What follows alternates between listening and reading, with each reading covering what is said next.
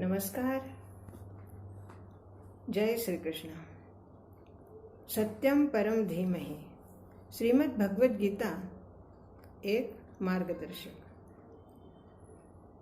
भगवद गीता भगवान श्री कृष्ण की वाणी है और इस वाणी को गीता के श्लोक के माध्यम से जब भी हम सुनते हैं, पढ़ते हैं, तो कुछ नई उमंग, कुछ नया उत्साह, कुछ नई आशा हमारे जीवन में दिखने लगती है। जिस तरह कहा गया है कि गीता के श्लोक में प्रत्येक समस्या का समाधान मिलता है, और ये सच भी है।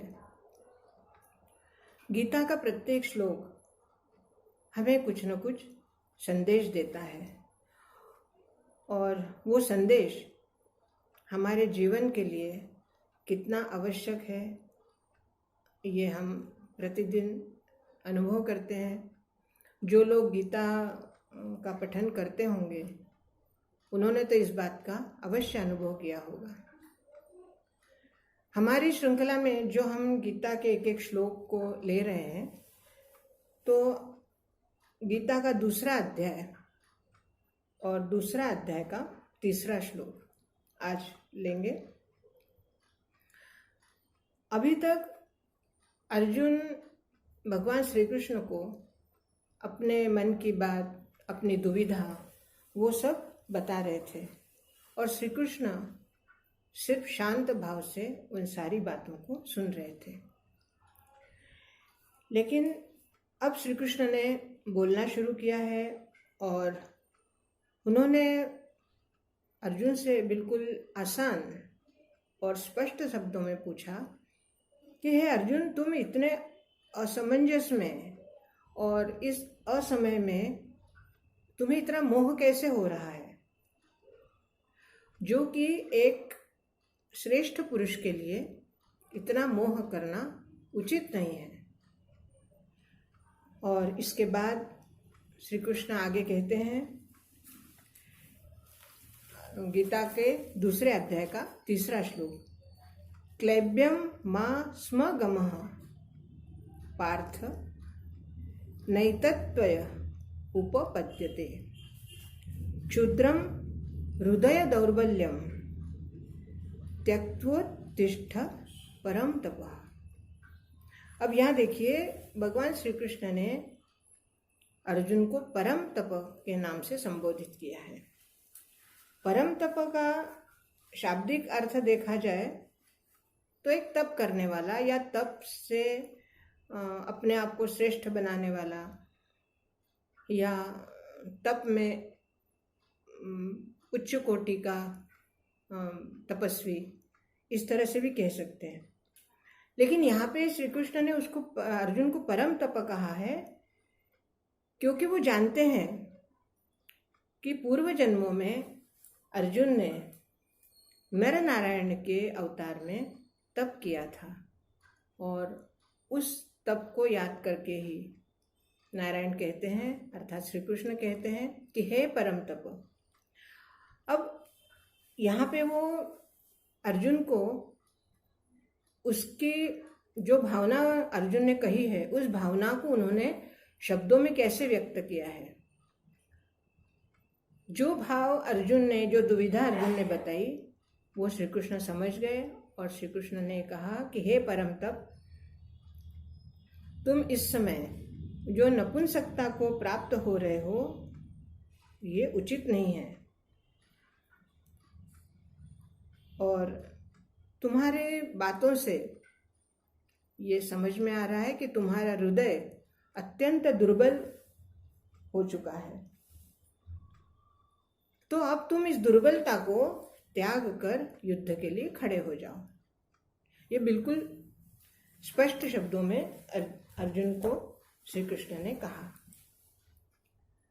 अब सोचने की बात यह है कि इतना स्पष्ट कहने के बाद तो ये गीता का जो अध्याय है, या गीता जो है, गीता कहने का जो प्रयोजन था भगवान श्री कृष्ण, वो तो यहीं समाप्त हो जाता है कि जब कह दिया कि भैया युद्ध करो, तब आगे कहने को कुछ रहता ही नहीं है। लेकिन ऐसा नहीं है। इसके बाद भी ये तो दूसरा ही अध्याय, 18 अध्याय तक आगे बात चली है। तो भगवान श्री कृष्ण अर्जुन को नपुंसकता, हृदय की दुर्बलता, इस तरह से उसे उत्तेजित कर रहे हैं कि ये जो वास्तव में वैसा नहीं है। जो अर्जुन वास्तव में ना तो नपुंसक है और ना ही हृदय से दुर्बल है। तो फिर श्री कृष्ण ने ऐसा क्यों कहा? क्योंकि कहते हैं कि जब किसी व्यक्ति में कोई उस तरह का कोई अवगुण ना हो और उसे उस अवगुण से संबोधित किया जाए, तो वो कहीं ना कहीं अंदर तक हिल जाता है, या उसे लगता है कि मैं ऐसा नहीं हूं और फिर भी मुझे ऐसा क्यों कहा जा रहा है। अब जैसे मैंने पहले भी कहा था कि गीता के श्लोक को, गीता के शब्दों को अपने जीवन में किस तरह से संदेश मिल रहा है। अब इस श्लोक से हमें ये पता चलता है कि हमारे आज के जीवन में कौन ऐसा व्यक्ति होगा जिसके मन में द्वंद्व ना चलता हो, या वो किसी समस्या से घिरा हुआ ना हो। प्रत्येक व्यक्ति अत्यंत समस्याओं से घिरा हुआ है और प्रतिदिन नई नई समस्याएं उसको आती है। प्रतिदिन वो दुविधा में रहता है। अब ऐसी दुविधा जब सामने आती है, तब हमें क्या विचार करना है? क्या हम अपने हृदय की दुर्बलता को ध्यान में रखकर या हृदय को दुर्बल बनाकर और हमारे शस्त्र डालकर, अर्थात जो हमारी जिस समस्या को हमारे सामने लाया गया है, जो समस्या हमारे सामने आई है, उस समस्या का हम समाधान हमारे बुद्धि चातुर्य से ही करना है? तो अगर हम इस तरह से दुर्बल हो जाएं तो कैसे होगा? तो भगवान श्री कृष्ण ये कह रहे हैं कि आपकी दुर्बलता जो है, हृदय की दुर्बलता है, जो आपके हृदय में बार बार, जैसे कहते हैं ना, कई बार कोई अचानक समस्या सामने आ जाए तो हमारी हृदय की धड़कनें तेज हो जाती है, या हमारे हाथ पैर ठंडे होने लगते हैं, मुंह सूखने लगता है। तो ये जब दुविधा की स्थिति आती है तब ऐसे होता है। अब जीवन में जब भी कभी आपकी ऐसी दुविधा आती ही है, तो ऐसे में क्या किया जाए? सबसे पहले तो आप अपनी आत्मा को, जो कि हमारा परमात्मा ही है, उस परमात्मा के संपर्क में रहिए। अपने आप से अपना खुद का, अपने मन का, आत्मा का मंथन करें। उसके बाद आपको खुद समझ में आएगा कि ये जो दुर्बलता हमने ओढ़ रखी है ये गलत है, और इस दुर्बलता से हम और अधिक समस्या से घिर जाते हैं।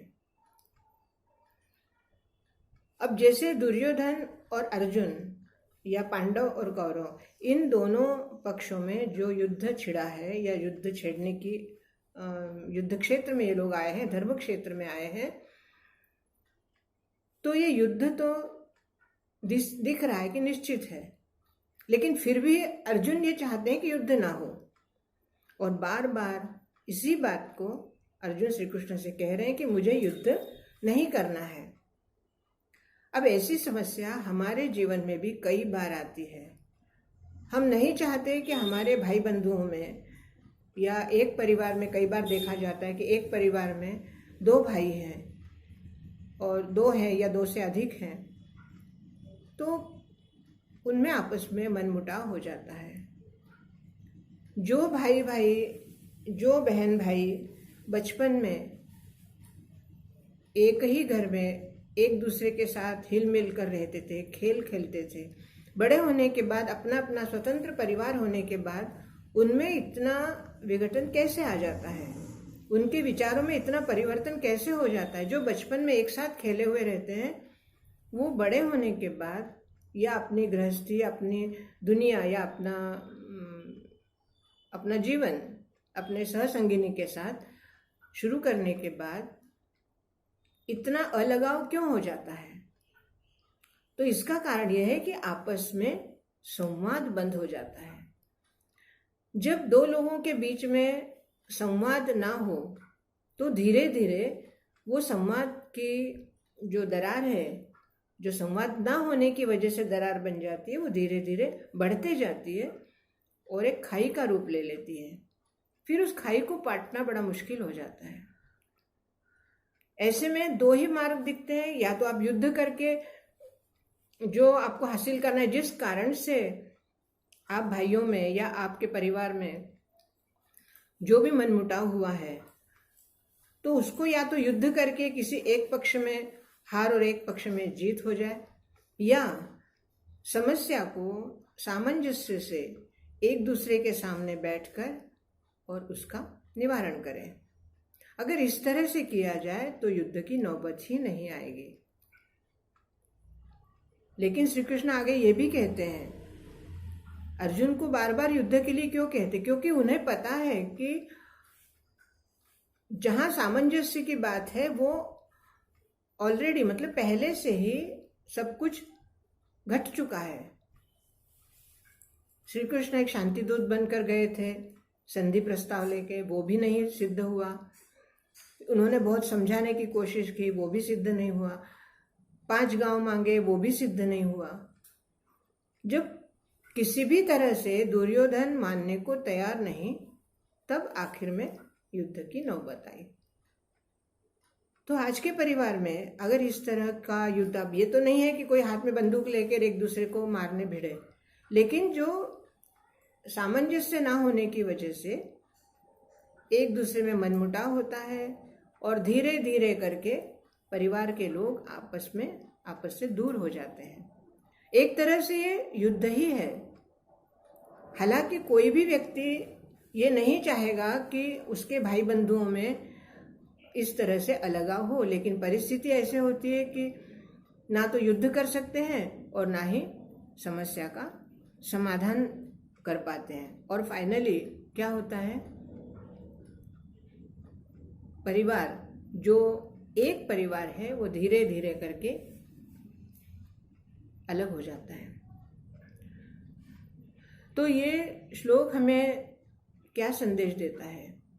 ये यही कह रहा है कि जहां तक संभव हो आप युद्ध की या अलगाव की बात ना करें, लेकिन जहां प्रासंगिक परिस्थिति इस तरह आए वहां आपके हृदय को दुर्बल नहीं बनाना है। जो ठोस निर्णय है वो आपको लेना ही चाहिए। अगर सामने वाला या आपके परिवार में जो भी व्यक्ति गलत मार्ग से कार्य कर रहा है, उसको सबक सिखाने के लिए या उसको, क्योंकि वो समस्या समझाने से अगर नहीं सुलझ रही है, तो कठिन या कठोर निर्णय लेना ही पड़ता है। और ऐसे कठोर निर्णय लेते समय इंसान का हृदय अत्यंत दुर्बल हो जाता है, क्योंकि वो भावुक रहता है। वो नहीं चाहता कि परिवार टूट जाए, लेकिन परिस्थितिवश कठोर निर्णय लेकर परिवार का विभाजन करना पड़ता है।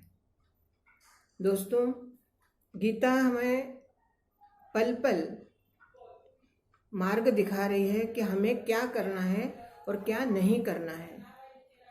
हो सके तो आप स्वयं गीता को पढ़ें, गीता के प्रत्येक श्लोक को समझें और उसका हमारे जीवन में किस तरह हम उपयोग कर सकते हैं, उस संकेतों को समझकर, और हमारा जीवन कितना अच्छा हम बना सकते हैं। आज के लिए इतना ही। इसके बारे में अगर आपके मन में कोई विचार हो, कोई समस्या हो या कोई सुझाव हो, तो आप कमेंट्स में अवश्य लिखें और मेरे चैनल को सब्सक्राइब कीजिए, लाइक कीजिए, शेयर कीजिए और बेल आइकॉन बजाइए ताकि आपको मेरा अगला वीडियो तुरंत मिले। बहुत बहुत धन्यवाद। जय श्री कृष्ण।